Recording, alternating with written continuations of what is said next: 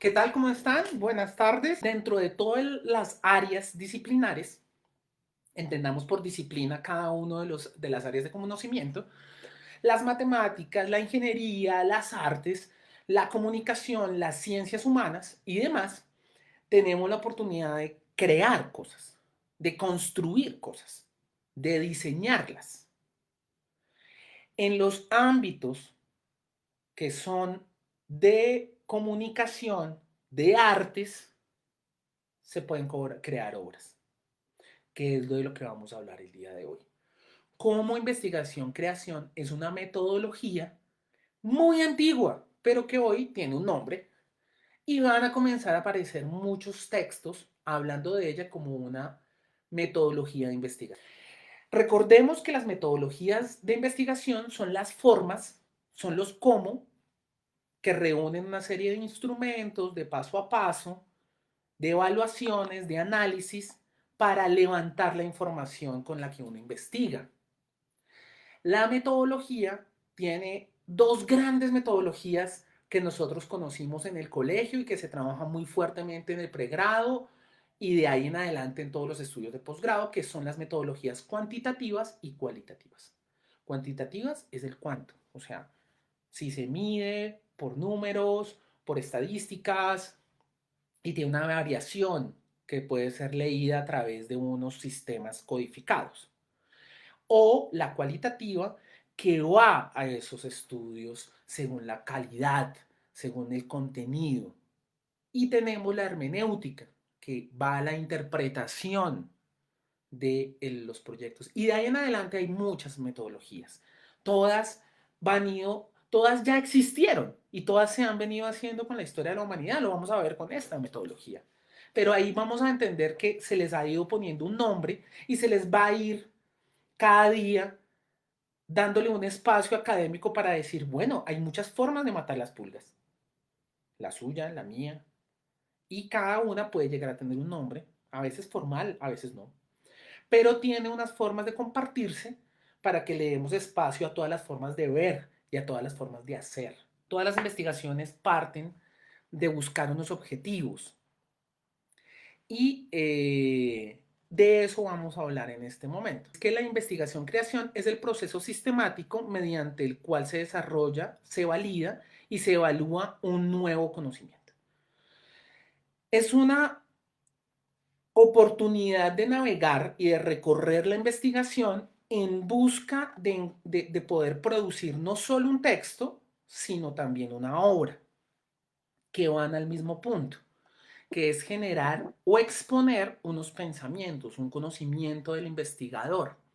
¿Cuáles son las diferencias con la creación e investigación? Y ahí hay una cosa muy interesante y es que esta forma de diferenciarlo sale de mi experiencia como docente, porque nosotros en, cuando nos reunimos con los estudiantes, cuando hacemos anteproyectos o cuando vamos a una clase donde hacemos ejercicios colectivos o individuales para crear o para hacer otras investigaciones, para tener otros productos, vamos tocando el armar proyectos. En el caso mío, como yo soy cinematógrafo y he estado en proyectos de cine, en este momento de comunicación social y periodismo y también de diseño, tenemos la oportunidad siempre de estar revisando y se enreda un poquito esto de yo solo quiero hacer un cortometraje o yo solo quiero hacer una crónica. Y ahí uno dice, momento, es que tú la puedes hacer, pero eso vendría siendo solo una creación. Y entonces ahí viene un gran debate y todo el mundo dice, sí, para hacer cualquier creación hay que investigar. Sí, eso es verdad. Usted cuando se va a cortar el pelo, investiga en Printed o en la época antigua veíamos revistas donde veíamos a los famosos o una serie y unos collages de peluqueados y usted hace una investigación como si fuera Google en una revista o de forma digital y usted hace la investigación de cómo se quisiera ver y se imagina y compara y crea una decisión en este caso. Y le da esa información al creador del corte, que es el peluquero, y él hace, que es cortar, tinturar, peinar y echar gomina. Eso es una creación. Y claro que tienen unas preguntas de observación que fueron resueltas, se conjugan, se hace la mezcolanza, se amalgaman y termina el corte. La investigación-creación lo que plantea es que tenga un procedimiento de preguntas de muchas formas para comenzar a dar molde a esa creación, pero que se haga como que una y la otra al mismo tiempo, para que sea como un remolino que comienza esa espiral a recoger información, ponerla en práctica, recogerla, ponerla en práctica y termine la creación con dos entregables, el escrito y la obra. Creo que esa es la mejor forma de comenzar y decirles que las grandes diferencias son estas. Nosotros vamos a la página, a la página número 4 y nosotros ahí vamos a ver una cosa muy importante y es la cueva de Clauvet. En el sur de Francia encontraron unas pinturas rupestres mucho más evolucionadas de las que nosotros normalmente habíamos revisado. Los que han compartido clase conmigo saben que adoro los cavernícolas, me siento uno más de ellos y siempre parte mis preguntas a voltear a ver a las cavernas. Y en las cavernas encontramos estos dibujantes y estos artistas y estos creadores, pongámosle creadores, a estos creadores que ya entienden una forma de posicionamiento de su praxis, no solo en materiales, en figura, en forma, sino que están narrando lo que observan. Y es que son unas pinturas que ustedes están viendo en este momento que tienen más de 36.000 años. O sea, la creación es de lo primero que hace el ser humano. El ser humano lo primero que desarrolla es la comunicación visual, con unas codificaciones extremadamente altas, tan altas que estos dibujos que ustedes están viendo en la presentación de Prezi, muchas personas no lo pueden hacer 36.000 años después. Es más, para dar un paso más adelantado con el asunto, y necesitamos darnos cuenta que los creadores están desde siempre observando. Y gracias a la observación, que viene siendo la investigación, terminan con una pintura, como en este caso ustedes están, como en este momento de la virtualidad, todos entramos a un pequeño espacio de la casa de cada uno, pues ven las pinturas que yo hago. Ahí está una en proceso, esta fue una antigua, y ahí ustedes van mezclando lo que observan, van entendiendo cuáles son sus capacidades técnicas, pero hay una cosa muy importante con los hombres de caverna, y es que los hombres de la caverna hacían absolutamente todo. Los utensilios mezclaban químicamente cuáles eran los aditamentos que se adherían mejor a esas cavernas que por lo general eran húmedas y comenzaron a aprender técnicas, tecnología y la dinámica de la creación y ponerlas todas en juego para que estemos 36.000 años después hablando de ello. Eso es una creación que tiene unas investigaciones parciales, que tiene unas sumatorias de el ejercicio tan bonito que tiene la creación, que es que pasen las cosas como al azar. Y eso es muy interesante de la investigación-creación, de la creación-investigación, o sea que tiene muchas facetas donde usted es muy libre y puede llegar a inspeccionar cosas que no tiene que comprobar o que la comprueba necesariamente y la corrige en la misma obra. Entonces las sustentaciones de la toma de decisiones no viene presentado con datos, ni viene contrastado ni siquiera con otros diálogos, sino usted pinta lo que se le da la gana. Usted se corta el pelo como se le da la gana. ¿Listo? Esa es la creación. Y ustedes crean todos los días. crean dibujitos, cartas al novio, dibujos a la novia, al crush. Bueno, se inventan hasta los que se cortan el capul solos o siguen una instrucción básica para pintarse el pelo. La creación tiene siempre ese espacio de observar al otro, de observar las réplicas, de tener unos modos de ver. Y según los modos de ver, la creación puede representar las estéticas dominantes, puede presentar los contextos en donde usted vive o puede demostrar que usted es sumiso frente a otras formas de ver. Todo eso va mezclándose en la creación. Entonces la creación, investigación, pues no es un término formal, sino es para poderlo contrastar con qué es investigación, creación. Es una creación que tiene mucho de azaroso, pero es que va con el fin de hacer una obra por hacer una obra. La investigación para crear planteó esa formulación de abrir las cosas, de observarlas internamente para entender que nosotros no solo somos figura en el borde, o sea, el límite del soporte, que es lo que se llama técnicamente el límite del cuadro. Acá lo vamos a hacer, este límite que ustedes ven acá es el límite del soporte, o sea, yo no puedo pintar más de para allá.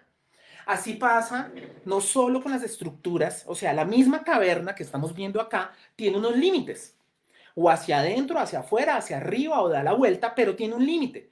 Y la misma imagen, acá lo voy a tratar de hacer acá con este frame, ¿sí? Que es un 16:9, tiene un límite. Ese límite uno lo tiene que entender porque es parte de la obra. Entonces hay obras que se presentaron de forma circular, como lo hizo Caravaggio con la cabeza de Medusa, que es un límite circular, o la misma arquitectura tiene un límite de la misma estructura. Y ahí nosotros tenemos unas formas de investigar qué es lo que pasa con ese soporte. Pero hay una cosa muy interesante con el arte figurativo, con el arte de estar pintando, de estar esculpiendo, y es que a mediados del siglo XII comenzaron los estudios de anatomía a profundizarse para entenderse, para entender si nosotros solo somos por fuera de esta forma. O sea, ¿qué es lo que nos da la línea, el límite del soporte del cuerpo humano, que viene siendo la piel? Y es una estructura interna muy compleja.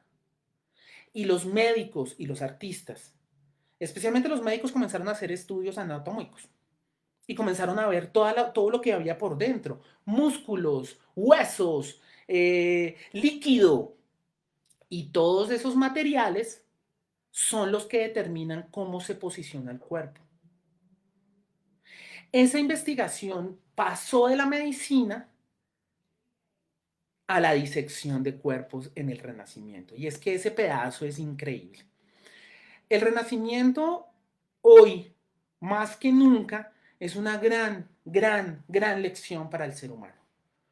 Porque de una pandemia muy parecida como la que nosotros vivimos con el COVID-19 o SARS-2, ellos vivieron una peste. Y esa peste mató a millones de personas en un momento donde no estaba tan sobrepoblado Europa, y eso llevó a que se modificaran muchos posicionamientos económicos, demográficos, especialmente se desbalanceó o se encontró un nuevo balance, es mejor decirlo, se encontró un nuevo sistema con las personas que quedaron vivas, que sobrevivieron a esto. Y eso abrió también las puertas para que nosotros entendiéramos cosas diferentes. Y después de esa plaga, después de sobrevivir como humanidad esa Europa central, vinieron a diseccionar. Y la disección de cuerpos se hacía en todo el planeta. Mesopotámicos, para entender cómo momificar a una persona, los egipcios, tenemos rastros en Latinoamérica, tenemos rastros de Asia Menor, donde la gente ya estaba estudiando el cuerpo. Pero este estudio que viene de entender el cuerpo de una forma física, lo retoman en el Renacimiento, y Leonardo y el resto de tortugas ninja comienza a meter las manos de ellos mismos en los cuerpos y eso es lo que se llama disección. Y comienzo a revisar los huesos y comienzo a hacer una investigación muy formal, muy académica, para entender cómo funciona el cuerpo y así dibujarlo y así esculpirlo. Eso es investigación-creación. Cuando los datos que tú recoges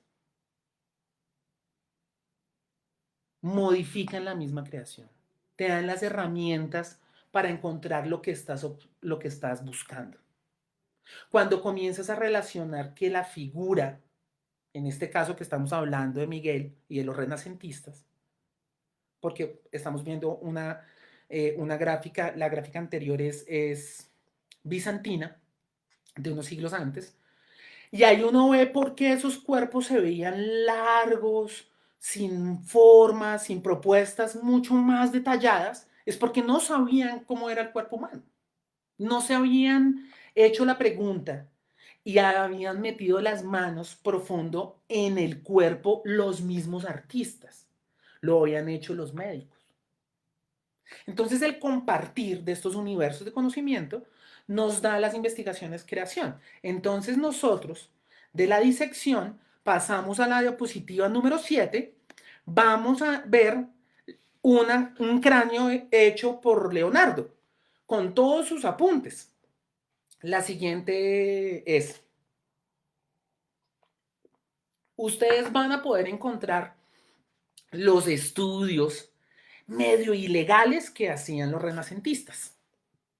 Ellos pedían favores al clérigo, a sus mecenas, porque era ilegal, como sigue siendo ilegal, sacar un cuerpo sin permiso y profanarlo, porque pues al fin y al cabo tiene está atado a unas creencias humanas muy sólidas y muy respetables, pero ellos comienzan a diseccionar esos cuerpos para entender la cabeza, para entender los tendones, para entender las muelas. Si ustedes se dan cuenta ahí en ese boceto, van a encontrar cómo él sacó las muelas y comenzó a decodificar y comenzó a decir, claro, es que la boca al sonreír, la sonrisa necesita unos dientes.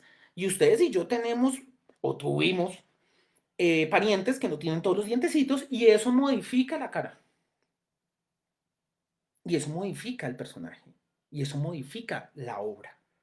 Entonces, entender que tienes todas las muelas, los molares, los colmillos, bla, bla, bla, comienzas a entender cómo es la disposición de la forma de la quijada, de la sonrisa misma. ¿Por qué se ríe una persona? ¿Por qué no se ríe? Eso es parte de la investigación que hizo Leonardo.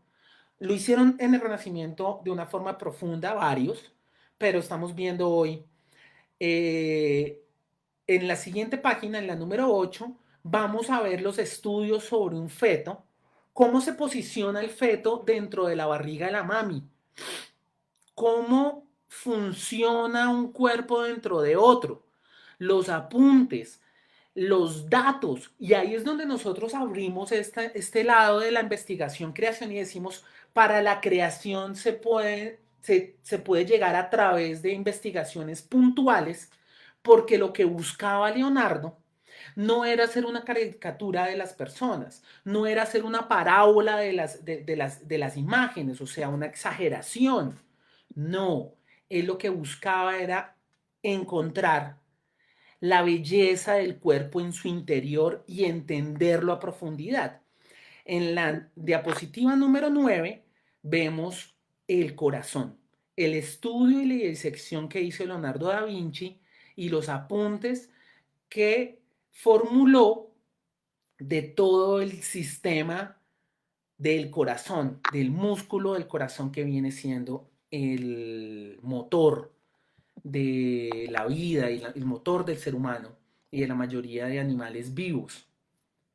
Entonces ustedes van a poder entender que estos fragmentos de investigación se unen a la observación, se une a la práctica, se une a los estudios previos de la figura humana, se une al manejo de diferentes formas de pintar.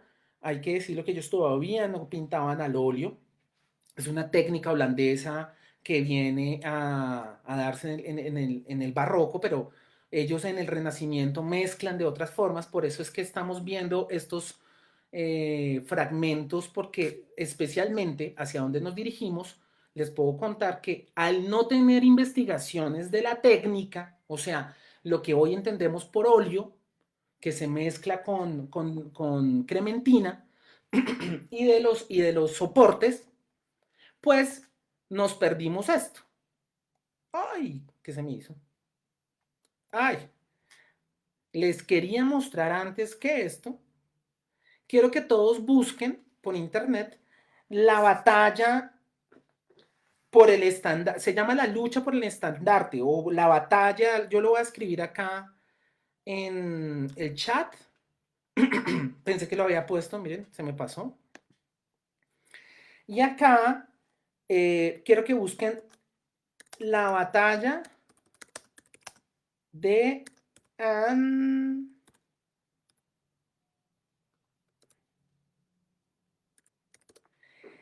Anghiari, que en español significa la lucha por el estandarte. Entonces, quiero que todos la busquen, que vayan a Google, que dejen de ver acá, vayan a otra pestaña y busquen la batalla de Anghiari. Ustedes van a poder encontrar en la batalla de Anghiari una gran lucha de 3 caballos, 2 hombres luchando encima de otros cuerpos, que es una de las obras figurativas, es una obra monumental.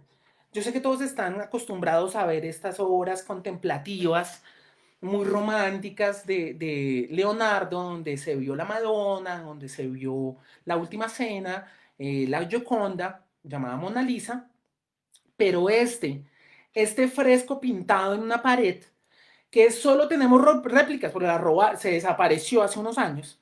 Entonces, no tenían unos estudios y acá recogemos un apunte de Laura Polanco muy, muy importante. La ciencia y el arte siempre han estado juntos. El problema está en insertarlos, en intentar desligarlos, cuando las posibilidades técnicas son el resultado precisamente de comprender ese mundo que vemos. En estos procesos es donde se puede leer y observar esos contextos que atraviesan históricamente los sujetos. Y acá Laura nos hace un gran resumen que esto no se puede desligar. O sea que la investigación-creación es parte de los avances de la misma creación, porque nosotros tenemos que entender que son los artistas los que van y proponen esos cambios.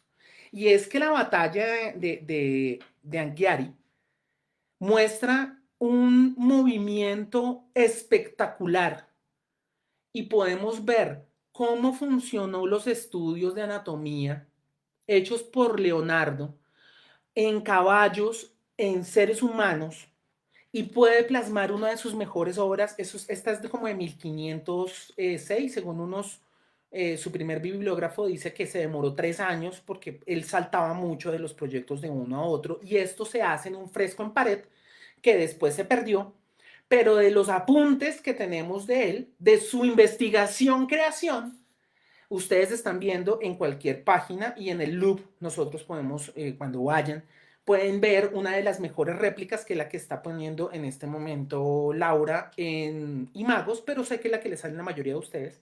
Y uno puede ver la evolución de la pintura de Leonardo y de sus compañeros de época en el manejo del cuerpo humano. Y como dice Laura, la ciencia y la investigación en general científica va de la mano de la composición artística para hacer una obra. Eso es investigación-creación. Cómo recoger esos datos nos da la oportunidad de hacer una obra mejor. La investigación-creación es el conocimiento que pasa del texto a la obra. Se fusionan, se yuxtaponen para dar bases a la experimentación. Y es que eso es muy importante. La creación en sí siempre es una experimentación. La investigación es una experimentación. Esto es un laboratorio constante de pensamientos. Es un laboratorio también de las metodologías. Es un laboratorio de poner y quitar muchos posicionamientos de lo que dice uno y el otro. Y ahí les recuerdo que todas estas son cosas que se están escribiendo constantemente. Como cuestionaba la profesora Joana y la saludamos, la hermenéutica es un epistema o es nos dicta una fórmula para encontrar el paso a paso de una investigación interpretando. Eso se está escribiendo a diario. Y la investigación-creación nos recuerda que somos hombres de caverna todavía en muchos conocimientos y que tenemos que experimentar y unirnos entre todos para comenzar a mezclar todos estos grandes conocimientos. Y es que hay que ponerlo en claro. La mezcla de la ingeniería da la oportunidad de que las matemáticas básicas den resultado con las grandes postulaciones artísticas de los arquitectos. Uno sin el otro no puede ser. Pero nosotros también en cualquier ámbito, especialmente se los puedo decir desde el lado de la cinematografía, no podemos vivir sin los adelantos electrónicos y de alta tecnología para las cámaras digitales. Pero también nos debemos a dos técnicos que son los hermanos Lumière, que crearon un cinematógrafo que dio la posibilidad de capturar y crear películas con imágenes en movimiento. Y es un ingeniero mexicano el que crea la televisión que ustedes y yo conocemos. Esas preguntas, esas mezclas de conocimiento nos dan la oportunidad de tener entregables diferentes de investigación. Y en el que estamos hablando es pasar del lenguaje escrito académico a una creación de una obra. Y una obra es simplemente una producción sensible que nos da la oportunidad de llevar ese texto, ese conocimiento, de una forma sensorial, sensible al tacto, sensible a la escucha, sensible al movimiento, sensible a la percepción que va más allá de solo leer.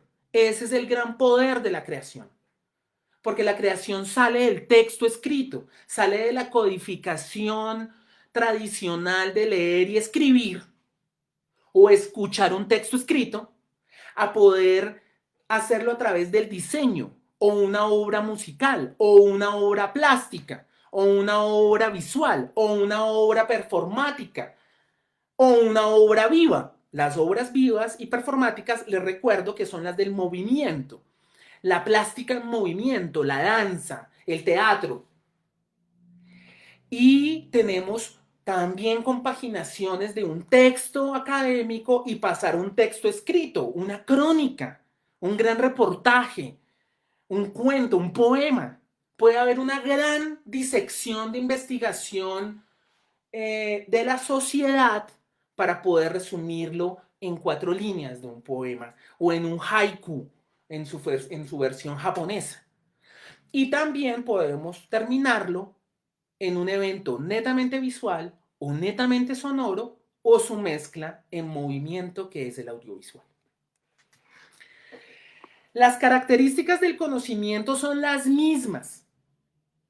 Tiene que ser transferible. Esa obra tiene que tener un conocimiento que ayude a través de la obra a transferirlo al espectador. Punto.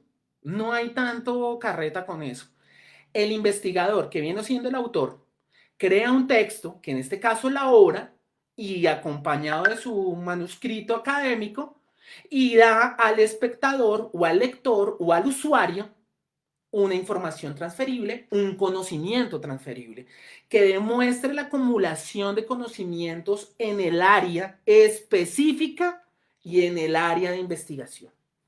Y que sea discutible, que plantee reflexiones, que plantee diferentes sabores y diferentes interpretaciones, diferentes formas de ver, diferentes formas de escuchar, diferentes formas de sentir, y que sea explícito frente a sus posicionamientos de la construcción académica y de su construcción como obra. Esas características del conocimiento que se busca hacer con la investigación-creación son las mismas de un artículo científico, son las mismas de un libro. ¿Es una metodología? ¿Cuál es la metodología entonces? Vamos a la siguiente diapositiva y nosotros vamos a hacernos esa pregunta. Bueno, esto se plantea como una metodología. Pues esto no tiene como cualquier creación un paso a paso. Cada uno tiene unas formas y se ha estudiado y eso lo vamos a recuperar con el ejemplo final, ya que vamos a terminar con mi tesis de grado. Y ustedes acaban a preguntarse, pero ¿cuál es la metodología? O sea, ¿cuáles son? Y como cualquier proyecto de investigación, necesita herramientas, instrumentos, formas de balancear, de leer las estadísticas, de leer los datos, perdón, de leer los datos que arrojan esos instrumentos. Y yo lo llamé momentos o etapas. En algunos textos está como momentos, en otros está como paso a paso, y yo le puse etapas porque vengo del mundo de la cinematografía y en la cinematografía tenemos etapas de desarrollo del producto audiovisual. Entonces le puse etapas. Tiene tres momentos o tres etapas claras. La contextualización, que es ir a la profundidad del conocimiento del tema que usted va a abordar y del área disciplinar. Como estábamos viendo a Leonardo, el tema es contar la historia de una batalla, porque acordémonos que en la época del Renacimiento, el gran imperio que hoy entendemos que, en el país que hoy entendemos que es Italia y que antes fue el imperio romano, tuvo una fracturación entre los siglos 3 al siglo XVII, donde hubo muchas guerras, o sea, un poquito más y los equipos de fútbol que conocemos del calcio, cada uno tenía su ejército, entonces los romanos se trataron de invadir varias veces con Turín, todos querían ir a invadir a Florencia y habían muchas disputas y muchas guerras internas. Es más, Leonardo comienza como ingeniero de batallas, como diseñador de armas y su gran pasión es el arte y lo conocemos como artista, pero él comienza como diseñador y creador de armamento y de ahí toma un renombre y por eso sabía mucho y quería contar esa historia de la batalla por el estandarte, porque Florencia, como era la niña consentida y artística ¿de qué? De Italia, del norte de Italia, pues los venecianos, Turín, querían invadirlo y se dieron muchas microguerras durante varios siglos y tomó el renacimiento en ellas. Entonces él hace una investigación sobre el tema, si se dan cuenta que es lo que yo les estoy presentando, está contando una historia de no ficción, porque esa batalla se dio. Entonces, él hace una contextualización y profundiza sus conocimientos sobre el tema que va a abordar la obra, que en este caso es un hecho de guerra.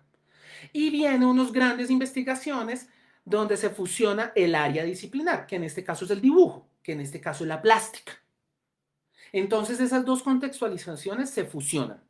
Después viene el objeto sensible. El objeto sensible es que uno tenga, el objetivo, que uno tenga un objetivo sensible con la obra. En este caso, la obra de Leonardo es contar la furia y el poder del coraje de la batalla. Esta gran choque entre caballeros, con sus caballos, con sus armas, con el dolor, con la furia, y tener un concepto que tenga una coherencia entre la investigación y la obra, para dar un objeto sensible. Por eso es que se hace una obra, porque tiene que ser sensible, porque tiene que ser muchas veces efímera.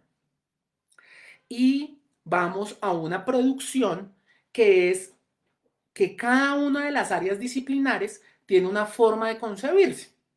Ejemplo, si ustedes voltean a ver a otro de los grandes representantes del Renacimiento, que es Miguel Ángel fue arquitecto, fue escultor, fue pintor, también diseñó armas, pero lo que él quería hacer profundamente era un arte que en ese momento era por debajeado, que era el escultor, porque se ensuciaban, hágame el favor, solo porque se ensuciaban y porque en la pintura nadie se ensuciaba, casi, pero llenar de polvo, lo veían más como un obrero. Y él decía, y tomaba los bloques, tenía que saber de el material físico del mármol para saber que fuera sólido y no se lo fuera a partir en mitad del proceso, conocer de eso, y él iba a un desarrollo de producción que era darle directamente la piedra. Su metodología era que cada piedra tenía un alma y que por dentro de ese bloque está David. Y por el otro bloque estaba María con Jesús recién muerto en sus brazos, que es la piedad, que es la obra que está a mano derecha en la entrada del Vaticano.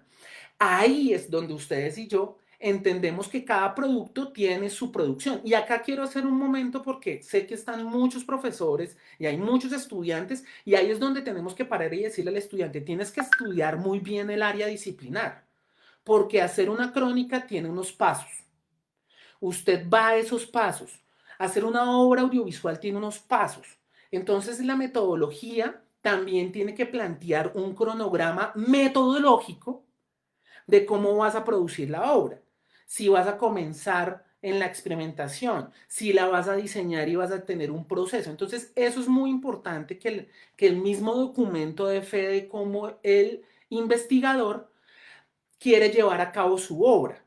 Si lo quiere llevar con unas etapas de producción estándar, porque el cine, por ejemplo, se investiga, primero se crea, se concibe la idea, después viene el desarrollo, que es la etapa de investigación y de diseño, después pasa a la preproducción, después pasa a la producción, después a la postproducción y por último a la distribución.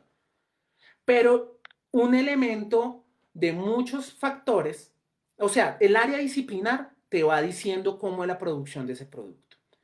Se puede respetar o se puede poner en experimentación también, pero es parte de la metodología anotarlo y tener la posibilidad de investigar otros procesos de producción, a ver si quieres hacer el estándar o no. De ahí pasamos para cerrar la charla y ver una práctica que es una obra mía. Una obra de investigación-creación que es el guión cinematográfico con el que me gradué.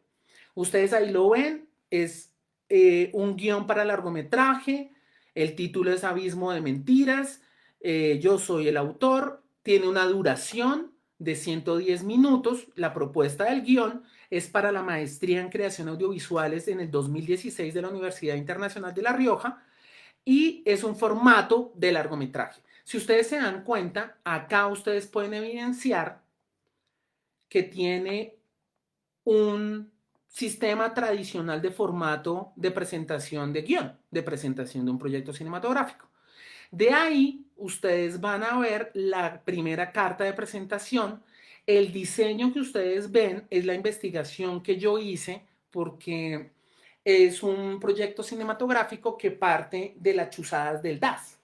Ustedes se acuerdan que eh, en la segunda parte, en la segunda eh, dirigencia del Ejecutivo por Álvaro Uribe Vélez, se, se, se llevaron a cabo unos actos ilegales por parte de entes estatales y cayó todo el mundo y se destruyó el DAS. Entonces cuenta de esa historia, pero esa historia la cuenta desde la investigación de los hechos que sucedieron.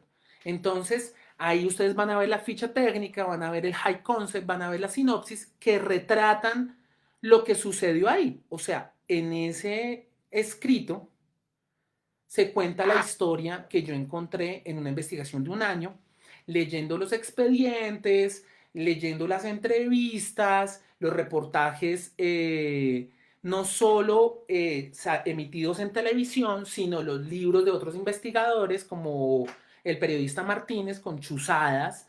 Tuve acceso a las primeras declaraciones a la Fiscalía de Matajari, de Martínez, lo que dijo en Panamá la directora del DAS cuando la capturaron.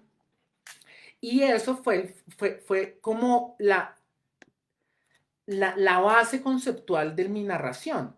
Y eso lo confronté con este pedazo que ustedes están viendo del entregable. El entregable tiene esos dos aparatajes, los voy a ir muy rápido porque ya se nos está acabando el tiempo, y es que ahí ustedes ven la investigación de los referentes, así como se hace un estado del arte. Yo hice fue un estado del arte de conceptos de películas con esas mismas temáticas. Entonces ustedes ven mis tres principales propuestas. Fue Red de Mentiras, una película sobre los agentes dobles en la batalla de Irak, la vida de los otros, de cómo se espiaba a los alemanes, cómo espiaban unos alemanes a los otros en épocas del muro de Berlín, y eh, un una película que se llama Laberinto de Mentiras, que es un proyecto alemán también, sobre el fiscal que descubrió por unos reportes a muchos de los delincuentes en medio de la Segunda Guerra Mundial, ya post Segunda Guerra Mundial. Y abajo un posicionamiento estético donde muestro que visualmente quería recrear la venganza que marca Caravaggio y también una artista también barroca que hablan mucho de la venganza, porque eran ejercicios de venganza del Ejecutivo a la Corte Suprema, algo muy parecido a lo que está pasando hoy en día. Entonces, y al lado, la representación del expresionismo norteamericano de cómo es la sociedad actual. No.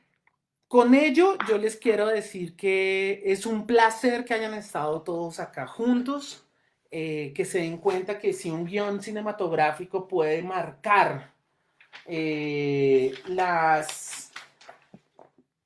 como que puede ser un ejercicio válido de investigación, creación, una crónica, un poema, una serie de fotografías, una sola fotografía puede llevar una investigación demandante para poder ofrecer una obra con una lectura de esos estudios disciplinares y poder exhibir cómo se construyó ese paso a paso.